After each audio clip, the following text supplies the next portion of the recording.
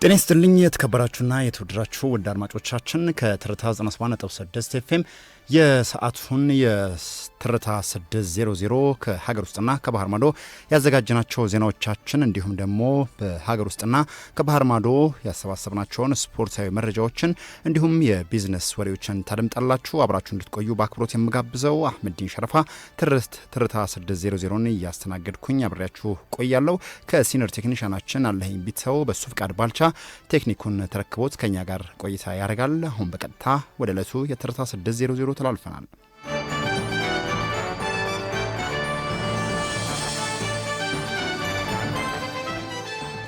በቀዳሚነት ወደምንመለከታቸው ጉዳዮች አለፍን። 39ኛውን የአፍሪካ ህብረት የመሪዎች ጉባኤ የውሃ ዋስትናና ቀጠናዊ ሰላም የጉባኤ ዋነኛ አጀንዳዎች ላይ በማድረግ ይካሄዳል። ጉባኤውን ከነገ የካቲት 4 እስከ 8 ቀን ጉባኤው ከካቲት 4 እስከ 8 ቀን 2018 ዓ.ም በአዲስ አበባ ሲካሄድ የዘንድሮ ጉባኤ ትኩረት በአህጉሪቱ ያለውን የውሃ እጥረት መቅረፍ እና ሰላምን ማረጋገጥ ላይ መሆኑ ተገልጿል። የአጀንዳ 2063 ግቦችን ለማሳካት ዘላቂ የውሃ አቅርቦትና አስተማማኝ የጽዳት ስርዓትን ማረጋገጥ በሚል መሪ ቃል የሚካሄደው ይህ ዓመታዊ ጉባኤ አስፈጻሚ ምክር ቤትም ስብሰባውን እንደሚጀምር ተገልጿል። በመቀጠልም ቅዳሜና እሁድ የመንግስታቱ መሪዎች ጉባኤዎች ይካሄዳሉ። የፖለቲካ ተንታኞች እንደሚሉት ጉባኤው አፍሪካ በተለያዩ ዓለም አቀፋዊ ተጽዕኖዎችና ጂኦፖለቲካዊ ሽኩቻዎች ውስጥ ባለችበት ወሳኝ ወቅት ላይ የሚካሄድ ነው ተብሏል። የቀድሞ የህብረቱ አማካሪ ዶክተር ቆስጠንጢኖስ በርሄ እንደገለጹት ጉባኤው አህጉሪቱ ከውሳኔ ባለፈ ወደ ተግባር የምትሸጋገርበት መድረክ እንደሚሆንም ይጠበቃል ብለዋል። በአሁኑ ወቅት ከ300 ሚሊዮን በላይ አፍሪካውያን ንጹህ የመጠጥ ውሃ እንደማያገኙ እንዲሁም ከ700 ሚሊዮን በላይ የሚሆኑት ደግሞ በቂ የጽዳት አገልግሎት እንደሌላቸው የህብረቱ መረጃዎች ያሳያሉ። የህብረቱ ኮሚሽን ሊቀመንበር ማህሙድ አሊ ዩሱፍ ለሲጂቲኤን እንደገለጹት የውሃ ጉዳይ ለአፍሪካ ልማት ብቻ ሳይሆን ለቀጠናዊ መረጋጋትም ስትራቴጂካዊ ጠቀሜታ አለው ብለዋል። ከውሃ ዋስትና በተጨማሪም በሱዳን፣ በዲሞክራቲክ ሪፐብሊክ ኮንጎ፣ በሊቢያና በሳህል ቀጠና ያሉ የጸጥታ ችግሮች እንዲሁም በህገ መንግስታዊ ያልሆኑ መንገድ የሚደረጉ የመንግስት ለውጦች በመሪዎች ምክር ቤት ላይ ትልቅ ቦታ ይይዛሉ። ጉባኤው አፍሪካውያን ችግራቸውን በአፍሪካዊ መፍትሄ ለመፍታት የሚያስችሉ ተግባራዊ ውሳኔዎችን በማሳለፍ የአፍሪካ ድምፅ በዓለም አቀፍ መድረክ ለማጎልበት ያለመ እንደሆነም ተገልጿል።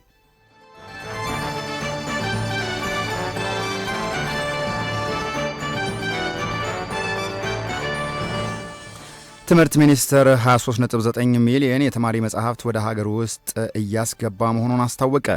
የትምህርት ጥራትን ለማረጋገጥና የተማሪ መጻሕፍትን ጥምረት አንድ ለአንድ ለማድረስ በትኩረት እየተሰራ መሆኑም ተገልጿል። ሚኒስትሩ ከአጋሩ አካላት ጋር በመተባበር ያሳተማቸውን 23.9 ሚሊዮን የአንደኛ ደረጃ ትምህርት መጽሐፍ ጅቡቲ ወደብ የደረሰ ሲሆን በአሁኑ ወቅት ወደ ሀገር ውስጥ የማጓጓዝ ስራ እየተከናወነ ይገኛልን ብለዋል። የትምህርት ሚኒስትሩ ፕሮፌሰር ብርሃኑ ነጋ እንደገለጹት በአዲሱ ስርዓተ ትምህርት መሰረት በሁሉም የትምህርት እርከኖች የተማሪ መጽሐፍት ቁጥር ለማመጣጠን ጥረት እየተደረገ እንደሆነም አሳውቀዋል። የአንደኛ ደረጃ መጽሐፍትን ማሟላት የክልል ትምህርት ቢሮዎች ኃላፊ ቢሆንም ሚኒስትሩ በሀገር አቀፍ ደረጃ የሚታየውን የአቅርቦት እጥረት ለመቅረፍ ሀብት በማፈላለግ እነዚህ መጽሐፍት ማሳተፍ ችሏል። በአሁኑ ወቅት ከታተሙት መጽሐፍት መካከል የተወሰኑት ወደ ሀገር ውስጥ መግባት የጀመሩ ሲሆን በመጪዎቹ ጥቂት ሳምንታት ውስጥም ቀሪዎቹ ተጠናቀው እንደሚገቡ ይጠበቃል።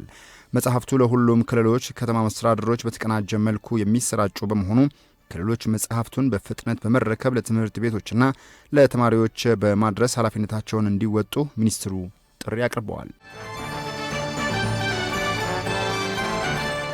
በሌላ ዜና ኢትዮጵያ የሰው አልባ ወይም ደግሞ ስማርት የፖሊስ አገልግሎት በማስጀመር በአፍሪካ ቀዳሚዋ ሀገር መሆኗን የፌዴራል ፖሊስ ኮሚሽነር ጀነራል ደመላሽ ገብረ ሚካኤል ገለጹ። ጠቅላይ ሚኒስትር አብይ አህመድ ትናንት በይፋ ያስጀመሩት ይህ አገልግሎት የህግ ማስከበር ስራ በዲጂታል ቴክኖሎጂ በማዘመን ረገድ ትልቅ ምዕራፍ ተደርጎ ተወስዷል። አዲሱ አሰራር ህብረተሰቡ የወንጀል፣ የትራፊክ አደጋና ሌሎችም አቤቱታዎችን ያለ ሰው ንክኪና ያለ እንግልት በቀጥታ ለፖሊስ የሚያደርስበት ስርዓትም ይፈጥራል ነው የተባለው። ተገልጋዮች ጉዳያቸውን ካስመዘገቡ በኋላ በሚሰጣቸው የፋይል ቁጥር በመታገዝ እስከ ፍርድ ቤት ያለውን የስራ ሂደት መከታተል እንደሚችሉም ተገልጿል። እንደ ኮሚሽነሩ ጀነራሉ ገለጻ ከሆነ እንደ አይነቱ ዘመናዊ አገልግሎት በዓለም ላይ በጥቂት የአውሮፓና የኤሲያ ሀገራት ብቻ የሚገኝ ሲሆን ኢትዮጵያም ይህንን ቴክኖሎጂ በመተግበር የአህጉሪቱ ፈርቀዳጅ ሆናለች። አገልግሎቱ የፖሊስን የሥራ ቅልጥፍና ከማሳደጉም ባለፈ በህብረተሰቡ ዘንድ ግልጽነትና እምነትን ለማስፈን ከፍተኛ ጠቀሜታ እንዳለውም ታምኖበታል።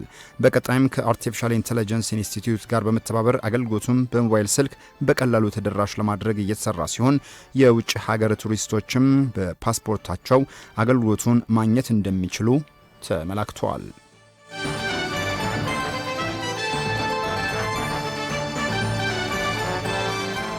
በመከታተል ላይ የምትገኙት ትርታ 600 ነው። አሁን ደግሞ በልዩ ዘገባ ወደምንመለከተው ጉዳያችን አልፈናል። በልዩ ዘገባችን የምንመለከተው በተለይ ምርትንና የፍጆታ ዕቃዎችን አመሳስሎ በመስራት አንዳንድ ህገወጥ ነጋዴዎች በንግድ ቢሮና በአዲስ አበባ መድኃኒትና ቁጥጥር ባለስልጣን በእነዚህ አካላት ላይ የሚወሰዱ እርምጃዎችና ስላለው ቁጥጥር አነጋግረናቸዋል። ተከታዩ ዘገባችን ትኩረቱን እዚህ ላይ አድርጓል። ለረጅም ዘመን በገበያ ላይ የቆዩና በህዝብ ዘንድ አመኔታ ያተረፉ ምርቶችን በማስመሰል ማምረትና ለገበያ ማቅረብ በዜጎች ጤናና በሀገር ኢኮኖሚ ላይ ከፍተኛ አደጋ እየደቀነ ይገኛል። በዛሬው በዳሰሳ መሰናዷችን ተመሳስለው የሚሰሩ የምግብና ፍጆታ ምርቶች እያደረሱት ያለውን ማህበራዊ ቀውስና የሚመለከታቸው አካላት የወሰዱትን እርምጃ እንመለከታለን። በርካታ ድርጅቶች ለትውልድ የሚሻገር ስም በመገንባት ጥራቱን የጠበቀ ምርት ለገበያ ያቀርባሉ። ሆኖም ይህንን ዝና ተገን በማድረግ መልክና ስሙን በማመሳሰል ነገር ግን ይዘቱና ጥራቱ ደረጃውን ያልጠበቀ ምርት በማቅረብ ኪሳቸውን የሚያደልቡ ህገወጥ ነጋዴዎች ቁጥር እየጨመረ መምጣቱ ይነገራል። በተለይም እንደ ጁስ፣ የለውዝ ቅቤና የመዋቢያ ምርቶች ባሉ የፍጆታ ዕቃዎች ላይ የሚስተዋለውን ይህ ህገወጥ ድርጊት በህብረተሰቡ ዘንድ ቅሬታ ሲያስነሳ ቆይቷል። ይህንን በመቆጣጠርና ተገቢውን የእርምት እርምጃ ከመውሰድ አንጻር ምን እየተሰራ እንደሆነ ትርታ የአዲስ አበባ ንግድ ቢሮን ጠይቋል። በቢሮ የንግድ ስራ ቁጥጥር ዳይሬክቶሬት ዳይሬክተር ዮሴፍ አሰፋ በሰጡት ምላሽም ቢሮአቸው በአዋጅ ቁጥር 813/2006 መሰረት የምርት መመሳሰልን በክትትልና በላቦራቶሪ ምዘና እያረጋገጠ እርምጃ እንደሚወስድ ነው የተናገሩት። በእርግጥ አሳሳች ድርጊቶች ውስጥ አንዱ 813 አዋጅ ቁጥር 2006 ላይ በተደነገገው መሰረት የምርት አመሳስሎ ወይም ደግሞ የሌላውን ምርት ምልክቶችን በመውሰድ ተገቢውና ኤጀንት ወይም ብቁ ያልሆነ ምርትን ማቅረብ ላይ የሚጠመዱ ነጋዴዎች አሉ። እዚህ ላይ እንግዲህ ምርት መመሳሰል የሚያሳየው ከምልክቱ ጀምሮ ምልክቱ አምራቹ እከሌ ይባላል የሚለው የምርት ምልክት ላይ የመመሳሰል አንድ አይነት መሆኑ አምራቾቹ ግን የተለያዩ ሆነው ይገኛሉ። አንዳንዶቹ ምርታቸው ላይ የሚጽፉት የውስጡ ይዘቱ ንጥረ ነገሩ የማይገልጽ ደብዘዝ ያለ የሆነ የሚመሳሰል ነገር ነው የሚመርጡትና አንዳንድ ሸማቾች ተጠራጥረው የሚጠቁሙ አሉ። በጥቆማ መልክ የሚመጡ አሉ። ከዚህ ውጭ ግን አብዛኞቹ እኛ በላቦራቶሪ በሁለቱም ምርቶች በማስተያየት ነው የምንለየውና ሸማቹ ጥርጣሬ ሲኖረው ቅሬታ ካለው ወይም ነፃ መስመራችን ወይም ቢሮ ድረስ በመምጣት ኢንፎርሜሽን መስጠት 8588 ላይ በነፃ ስልክ መስመር ንግድ ቢሮ የነፃ ስልክ መስመር አለ። አስፈላጊም ከሆነ ደግሞ በፌስቡካችን ላይ የምንለቃቸው በየክፍለ ከተማ የሚገኙ የቡድን መሪዎችና የኔም ጨምሮ ስልክ ቁጥር ፖስት ተደርጓል።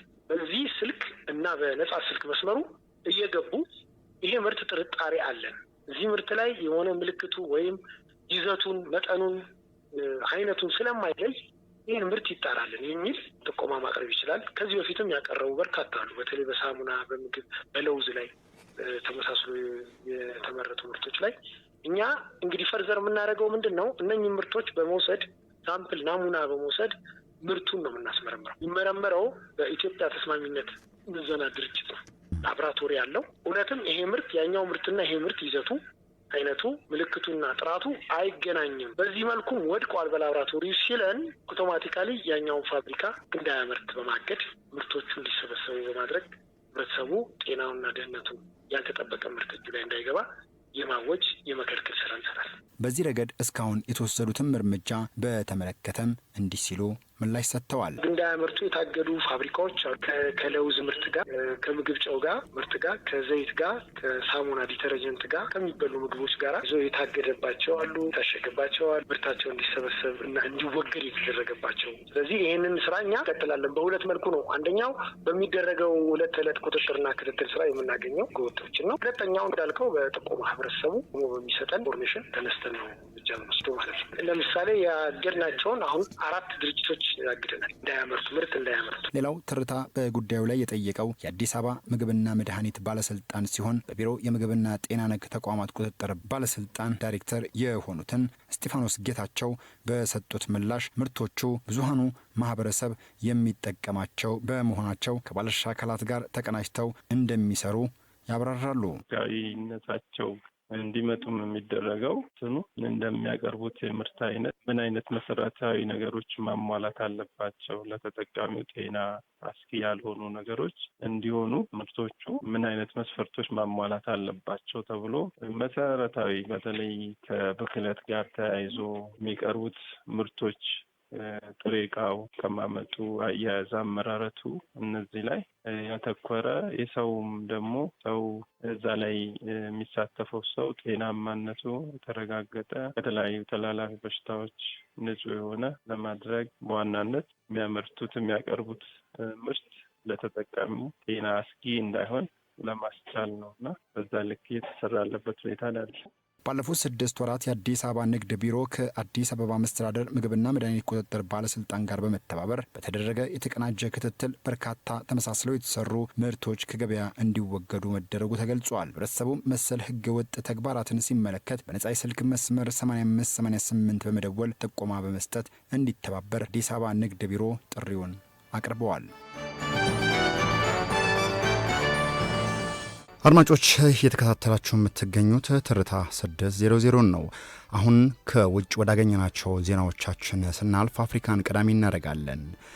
በዚምባብዌ አዲስ ከፕሬዝዳንታዊ ምርጫ ጋር የተያያዘውን ህግ የዚምባብዌው ካቢኔ ይፋ አድርጓል። የዚምባብዌ ካቢኔ የ83 ዓመቱን ፕሬዝዳንት ኤመርሰን ምናንጓጓ ቢያንስ እስከ 2030 ድረስ በስልጣን ላይ የመቆየት ዘመናቸውን እንዲያራዝሙ የሚያስችል ረቂቅ ነው ያጸደቀው።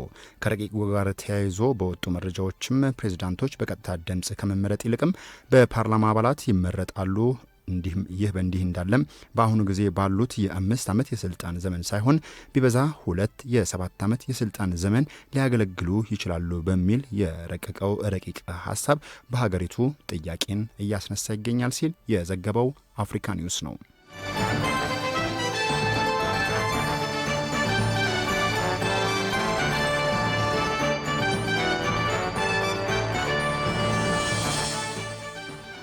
በሌላ ዜና የአሜሪካው ፕሬዝዳንት ዶናልድ ትራምፕ ከፍተኛ ባለስልጣናት በኢሚግሬሽን ተቆጣጣሪዎች ስለተገደሉት 2 አሜሪካውያን አስተያየታቸውን ለመስጠት ፈቃደኛ ሳይሆኑ መቅረታቸው ተሰማ። የአስተዳደሩ ከፍተኛ ባለስልጣናት ኮንግረስ ፊት ቀርበው ጥያቄ በቀረበላቸው ወቅት የፕሬዝዳንቱን የኢሚግሬሽን አጀንዳ በመደገፍ መከላከላቸውን የተሰማው ኮንግረሱ ሕግ አውጪ ጠንካራ ጥያቄዎች የቀረበላቸው ባለስልጣናቱ ተቃዋሚ ሰልፈኞች ጠባጫሪ ትርክቶችን በተቆጣጣሪዎቹ ላይ እንደሚያነሱና ይህም ኤጀንሲዎች እርምጃዎችን ከመውሰድ ወደ ኋላ እንደማይሉም ተናግረዋል። የኢሚግሬሽንና ጉምሩክ ተቆጣጣሪ አይኤስ ተጠባባቂ ኃላፊ ቶድ ላይንስ ሊያስፈራሩን እንደሚችሉ ለሚያስበው ሁሉ መልእክት አለኝ፣ አይሳካላቸውም ሲል ተናግረዋል። ባለስልጣናቱ ኮንግረስ ፊት ቀርበው ቃላቸውን እንዲሰጡ የተደረገው የአይኤስ መኮንኖች 2 አሜሪካውያን መገደላቸውን ተከትሎ አሌክስ ፕሬቲና ሬድ ጉድ የተባሉት አሜሪካውያን በሚኒያፖሊስ በኢሚግሬሽንና ጉምሩክ ተቆጣጣሪዎች መገደላቸውን ተከትሎ ህዝባዊ ቁጣ ተቀስቅሶ እንደነበረም የሚታወስ ነው። ዘገባው የሮይተርስ ነው።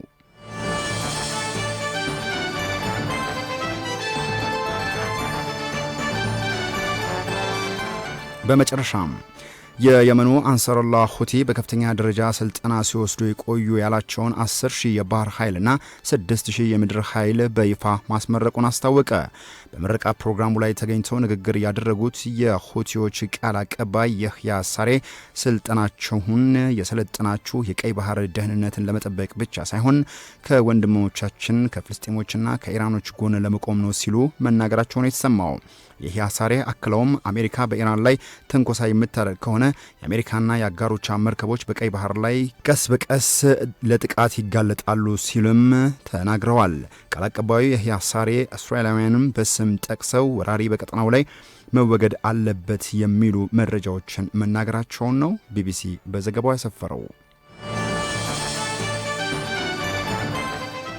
አድማጮች ከሀገር ውስጥና ከባህር ማዶ ያዘጋጀናቸውን ዜናዎቻችንን ነበር ያደመጣችሁ። አሁን በተከታይነት ወደ ዕለቱ የቢዝነስ መረጃዎች ነው የምናልፈው።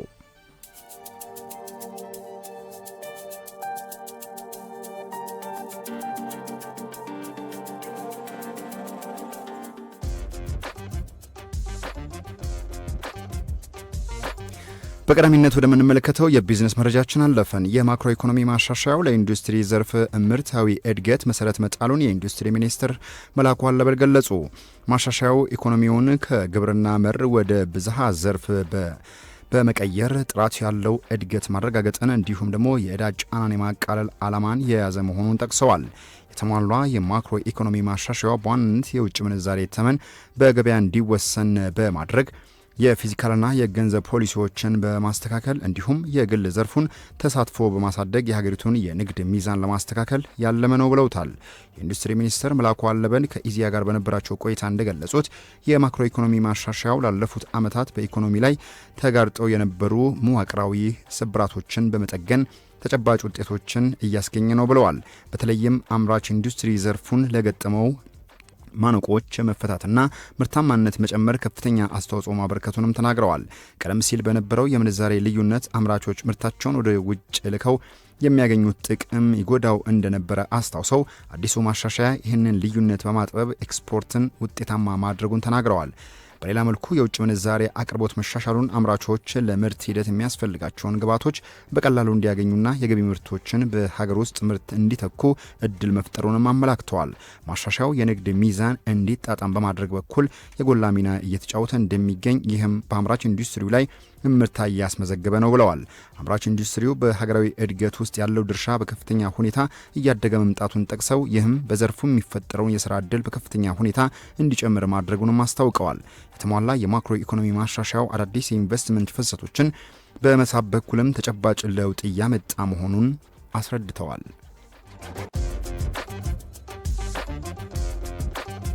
በመጨረሻም በ2018 ዓ.ም በበጀት ዓመቱ 6 ወራት 4.4 ቢሊዮን ዶላር ገቢ ማግኘቱን የኢትዮጵያ አየር መንገድ ግሩፕ አስታወቀ። የኢትዮጵያ አየር መንገድ ግሩፕ ዋና ስራ አስፈጻሚ አቶ መስፍን ጣሰው በተያዘው የ2018 በጀት ዓመት 6 ወራት አፈጻጸም ተግባራትን አስመልክቶ በሰጡት መግለጫ የኢትዮጵያ አየር መንገድ የበረራ አድማስን ለማስፋት በፖርቹጋል ፖርቶ፣ ቬትናም ሃኖይ እና በተባበሩት አረብ ኤምሬትስ አቡዳቢ 3 ከተሞች ዓለም አቀፍ መዳረሻ መክፈቱን አሳውቀዋል። በዚህም የኢትዮጵያ አየር መንገድ የከፈታቸውን አዳዲስ ዓለም አቀፍ መዳረሻዎችን የበረራ መዳረሻውን ከ145 በላይ ማድረስ እንደተቻለም አስታውቀዋል። በሀገር ውስጥ የበረራ አገልግሎቶችን ለማስፋት በተከናወነ ተግባራትም የያቤሎ አየር ማረፊያ ተመርቆ ለአገልግሎት መብቃቱን የመዳረሻ አገልግሎት ወደ 23 ማሳደግ እንዲያስችልም አድርጎታል። በተያዘው በጀት ዓመት ግማሽ ዓመት ተጨማሪ 7 አውሮፕላኖችን በማስመጣት የአየር መንገዱን አውሮፕላኖች ብዛት 147 ማድረስ እንደተቻለም አስረድተዋል። በመንገደኞች ማጓጓዝ ስራም በ6 ወራት የኢትዮጵያ አየር መንገድ 10.64 ሚሊዮን ሰዎች በማጓጓዝ የገቢ አቅሙን ማሻሻል ያስቻለ ስኬታማ ስራ መስራቱንም አብራርተዋል። በዚህም በ2018 ዓ.ም በበጀት ዓመቱ ባለፉት 6 ወራት 4.4 ቢሊዮን ዶላር ገቢ በማግኘት በቅድ ከተያዘው አኳያ የ2 በመቶ እድገት ማስመዝገብ መቻሉንም አስታውቀዋል። የበጀት ዓመቱ 6 ወራት አፈጻጸም ካለፈው ተመሳሳይ ወቅት ጋር ሲነጻጸር የ14 በመቶ ብልጫ መመዝገቡን ጠቅሰዋል። ከአንድ ወር በፊትም የግንባታ መሰረተ ልማት ድንጋይ የተቀመጠለት የቢሾፍቱ ዓለም አቀፍ አየር ማረፊያ የግንባታ ስራው በይፋ መጀመሩንም አስረድተዋል።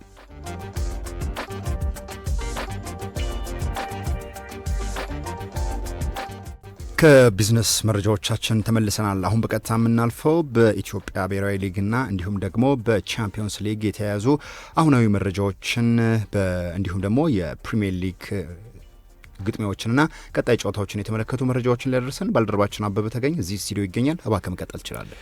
አመሰግናለሁ አመዲን። እንደምን አላችሁ አድማጮች። ከሀገር ስፖርታዊ መረጃዎች ስንጀምር የታዳጊ ወጣቶች ስፖርት ስልጠና ምዘና የአትሌቲክስ ውድድር ተጀምሯል። በሀገር አቀፍ የታዳጊ ወጣቶች ስፖርት ስልጠና ምዘና አትሌቲክስ ፍጻሜና የማጣሪያ ውድድር በአዳማ ሳይንስና ቴክኖሎጂ ዩኒቨርሲቲ ስቴዲየም ዛሬ ይጀምራል። የአትሌቲክስ የምዘናና ውድድር በጦር ውርወራ፣ ርዝመት ዝላይ፣ ከፍታ ዝላይ፣ ዴስክ ውርወራ፣ ሱሉስ ዝላይና 2000 ሜትር፣ 800 ሜትርና 3000 ሜትር በሁለቱም ጾታ ለተከታታይ ቀናት እንደሚካሄድ የአትሌቲክስ ፌዴሬሽኑ አሳውቋል። ወደ ውጭ ስፖርታዊ መረጃዎች ስናልፍ የእንግሊዝ ፕሪሚየር ሊግ 26ኛ ሳምንት መርሃ ግብሮችን እናገኛለን። ዛሬ በርከት ያሉ የእንግሊዝ ፕሪሚየር ሊግ ጨዋታዎች ይደረጋሉ። በ26ኛ ሳምንት መርሃ ግብር ማንቸስተር ሲቲ ከፉላም 4 ሰዓት ከ30 ላይ የሚያደርጉት ጨዋታ ደግሞ በብዙዎች ዘንድ የሚጠበቅ ነው። ማንቸስተር ሲቲ በውድድር ዓመቱ የዋንጫ ፉክክር ውስጥ ላለመውጣት እንግዲህ ጨዋታዎችን ያደረገ ብርቱ ፉክክር ያደረገ ነው የሚገኘው። በተለይም ደግሞ አርሰናል የነጥብ ልዩነቱን ወደ 6 አሰፍቷን ባሳለፍነው እሁድ ቅዳሜ ማለት ነው ከሊቨርፑል ጋር የነበራቸውን ጨዋታ ድራማዊ በሆነ መንገድ ማንቸስተር ሲቲ 2-1 ማሸነፉ አይዘነጋም።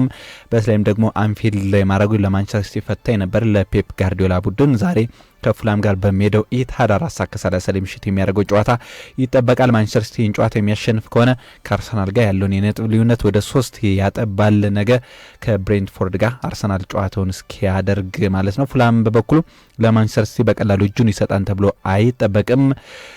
በፕሪሚየር ሊግ ደረጃ ሰንጠረዥ ጋር 12ኛ ደረጃ ላይ ነው የተቀመጠው 34 ነጥቦችን ሰብስቧል። ነገር ግን ፉላም ጠንካራ ተፎካካሪ ነው በውድድር አመቱ። ነገር ግን ያለፉት ተከታታይ 2 ጨዋታዎችን ተሸንፏል። ለሶስተኛ ላለመሸነፍ ነው ከማንቸስተር ሲቲ ጋር የሚያደርገውን ጨዋታ የሚያደርገው ለ3 ተከታታይ ጊዜ ላለመሸነፍ። በተለይም ደግሞ ማንቸስተር ሲቲዎች ይህ ጨዋታ ወሳኝ መሆኑና ከውድድሩ ላለመውጣት እንግዲህ ይህን ጨዋታ በጉጉት ይጠብቁታል። በሜዳቸውና በደጋፊዎቻቸው ፊት ማድረጋቸው ደግሞ ለማንቸስተር ሲቲ እንደ ጥሩ እድል ሊሆናል። ምሽት 4:30 ላይ የሚደረገው መርሃ ግብር በይበልጥ የሚጠበቅ ይሆናል። ማንቸስተር ሲቲ ይህን ጨዋታ የሚያሸንፍ ከሆነ ምናልባት ለአርሰናል ላይ በብዙ ጫና ለማድረግም እንደሚጠቅማቸው እየተገለጸ ነው የሚገኘው። ፔፕ ጋርዲዮላ በተለይም ደግሞ ተጫዋቾችን ከጉዳት እያገኘ ነው የሚገኘው። ባለሳለፍነው ሳምንት እንግዲህ ሩበን ዲያዝ ተከላካያቸውን ማግኘታቸው ከጉዳት በኋላ ለማንቸስተር ሲቲ ይበልጥ ጥንካሬን ይሰጣል። አዲስ ያስፈርሟቸው ተከላካዮች እንደ ገሂ የመሳሰሉ ተጫዋቾች ለማንቸስተር ሲቲ ጥሩ ግልጋሎትን እያደረጉ ነበር። በሊቨርፑል ጨዋታ ላይ ምርጥ እንቅስቃሴን ሲያሳይ ነበር። ከክሪስታል ፓላስ ያስፈርሙት ማርክ ገሂ ከሩበን ዲያዝ ጋር የሚያደርጉት ጥምረትም እንግዲህ በማንቸስተር ሲቲ ጠንካራ የተከላካይ መስመር ይኖረዋል ተብሎ ይጠበቃል። በተለይም ደግሞ ማንቸስተር ሲቲዎች በውድድር አመቱ ደካማ የተከላካይ ስፍራ በተለይ ሩበን ዲያዝ እና ጆሽኮ ባርዲዮንን በጉዳት ካጡ በኋላ በጎል ምንም እንኳን ቢያስቆጥሩ ግን ጎል የሚቆጠርበት ቡድን ነበር። አሁን በተለይም ደግሞ ሩበን ዲያዝ፣ ማርክ ገሂ የመሳሰሉ ተከላካዮቻቸውን ማግኘታቸው ለማንቸስተር ሲቲ ጥሩ ጥንካሬ ይሰጠዋል ተብሎ ይጠበቃል። ኖቲንግሃም ፎረስት ከወልቭስ የሚያደርጉት ጨዋታም ይጠበቃል። ኖቲንግሃም ፎረስት በውድድር አመቱ ደካማውን እንቅስቃሴ እያደረጉ ነው የሚገኙት። 17ኛ ደረጃ ላይ ነው የተቀመጡት በ26 ነጥብ። ወልቭስ በውድድር አመቱ እንግዲህ የመውረድ ስጋት ውስጥ ያለ ቡድን ነው። 20ኛ ደረጃ የፕሪሚየር ሊጉ የመጨረሻ ደረጃ ላይ ነው የተቀመጠው 8 ነጥቦችን ሰብስቦ ማለት ነው። እንግዲህ ሁለቱ ወራጅ ቀጠና ላይ የሚገኙ ቡድኖች ኖቲንግሃም ፎረስት እና ወልቭስ የሚያደርጉት የ4:30 ጨዋታ በብዙዎች ዘንድ ይጠበቃል። ክሪስታል ፓላስ ከበርንሊ የሚያደርጉት ጨዋታም እንዲሁ ይጠበቃል። በርንሊ በውድድር አመቱ 19ኛ ደረጃ ላይ ነው የተቀመጠው። ከክሪስታል ፓላስ ጋር የሚያደርጉት ጨዋታም እንዲሁ ይጠበቃል።